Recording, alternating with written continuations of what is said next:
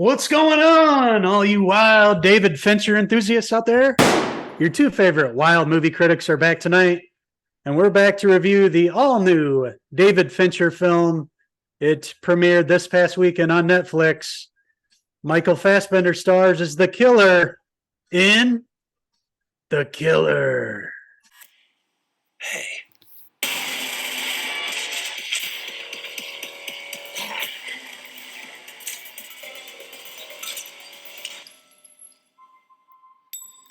It's been a while since we saw Michael Fassbender.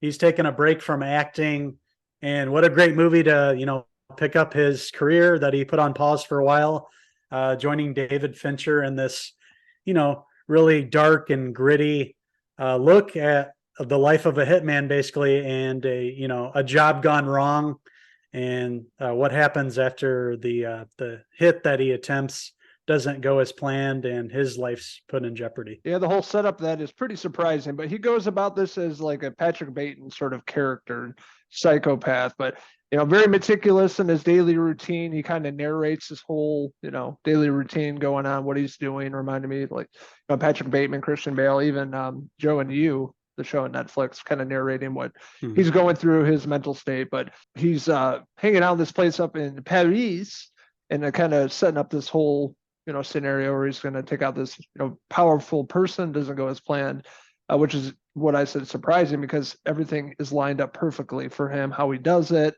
His heart rate on his watch has to be perfect to do it, and it kind of leads up into that, and he ends up missing. I'm like, okay, really? Yeah, I love the setup. I love how this takes its time and sort of boils up to the surface.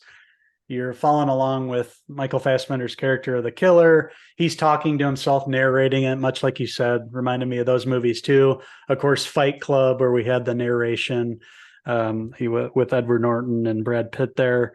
And yeah, he's doing everything right. It's very meticulous. Everything's laid out there just perfectly, much like David Fincher lays out his films. He's has a great attention to detail, which is, shown in this movie. The score sounds very David Fincher like from all his movies. It's very dark, and as well as that, it has that feel of a David Fincher movie. It really does.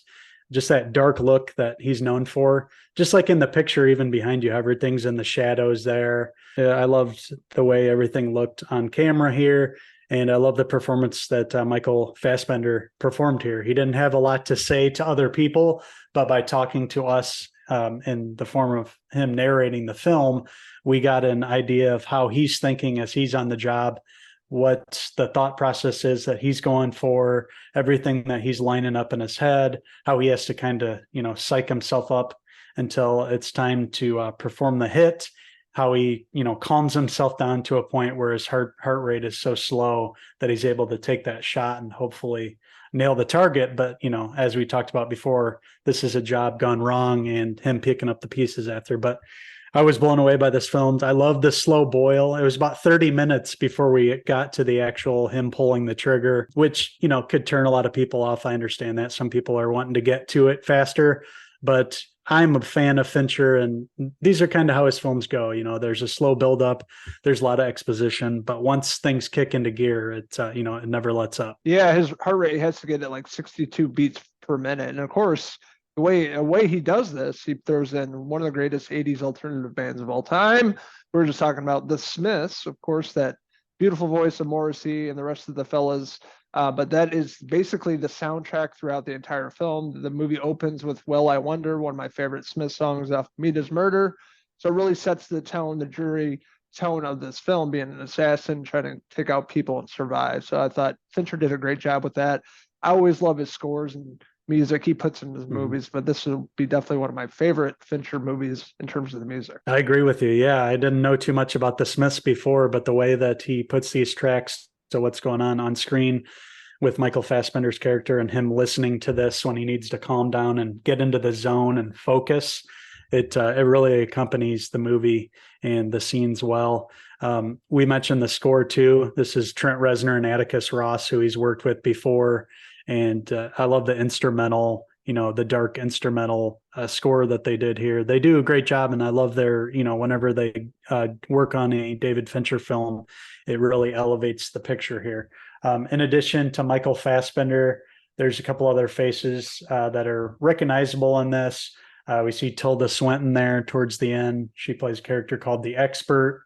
And then Charles Parnell is basically who he's working for directly above. He's talking to him on the phone in the beginning. I recognize that actor, and I appreciate him. And then Arliss Howard, who is really big in the 80s. He played the guy at the very end, the head guy, but some familiar faces. But really, this is a showcase for Michael Fassbender, and I have a feeling that he's going to get some awards attention with this performance, just the way he was, calm, cool, calculated. And when it was time to, pull the trigger and, during the fight scenes too, some really awesome work by him, and brutal fight scene, we must say. That whole fight scene seems so realistic.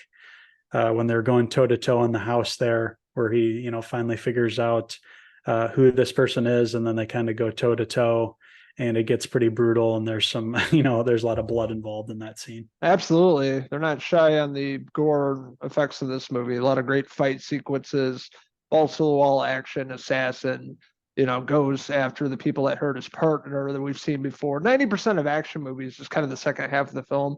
I thought it reminded me of like John Wick meets Taken or something like that, where kind of like Fassbender snapping out essentially is like going after these people. That fight scene in the Florida house with that big dude, it just like never ended. That was brutal. And then there's like his dog outside too. Yeah, just one really memorable scene, just an awesome action scene. Yeah, absolutely. This is unlike any other Fincher movie, really. He hasn't ever put out a movie like this. He really, swung for the fences on this one and tried something different. And while the story isn't anything, too unique, something that you haven't seen before, we've seen movies about hitmen before. There's not a lot of new in terms of the plot or anything, but it's just the performance and the attention to detail and the narration and the score, how everything blends together really makes this movie work. And I had a blast watching this. It's about 2 hours, and I never, felt that runtime at all. I was invested throughout, and I was with it the whole time, and I really enjoyed The Killer. Yeah, I really liked it too. I don't think I was blown away by it. I love the first half of the movie, and the second half just felt like something I've seen before, but not like a terrible thing. Fassbender was fantastic. Really great actor. I'm glad to see him again. It's been a while since I've seen him in his last movie.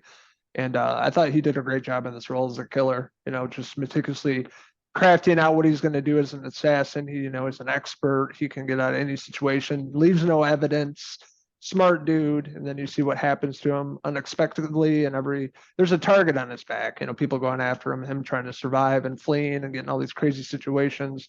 I thought it was fun. Yeah, I understand your point there. Yeah, it's not one of Fincher's like great films by any means, but it just goes to show you, like, when he puts out a new movie, you're going to be invested in it. And even if it isn't like his masterpiece or anything, it's, better than 95% of the movies that we've seen this year. It's just like, you can just tell this is a director who's has a vision and lays it out on screen perfectly. And he had a great cast involved. Michael Fassbender with a great performance playing this hitman. If anybody else would have played him, it would have felt, kind of ho-hum. We've seen this before, but just elevated by everybody involved. And, the passion for filmmaking is on display here. So with that being said, I'm going to give The Killer on Netflix, I'm going to give it a 4 out of 5 Michael Fassbender hair pieces. I also had a good time with The Killer as well. A great soundtrack. Like I said earlier, I love Fassbender in this role. Taking on his own Patrick Bateman in this role, playing assassin and just snapping out. Love the supporting cast. Just some of the script had some problems with, but overall an enjoyable watch, and definitely a movie we both recommend checking out on Netflix right now. So that being said, I'm going to give The Killer a 3.5 out of 5 Michael Fassbender hair pieces. Perfection. So we want to hear from you guys. What did you guys think of the Netflix on Netflix? If you've had a chance to watch it, make sure to leave a comment in the comment section below. And as always, don't forget to fire and kill your target. and hit subscribe. Thank you for checking out our review of The Killer. As always, don't forget to check out our website, Cinephellas.com. Follow along with us on all our social media pages, Facebook, Instagram, and X, for the latest and greatest in TV movie news and reviews. So that's it for this edition of Cinephellas Movie Review. I am Morrissey. That's my good mate over there. And I'm Michael Fassbender. Until the next time, cheers!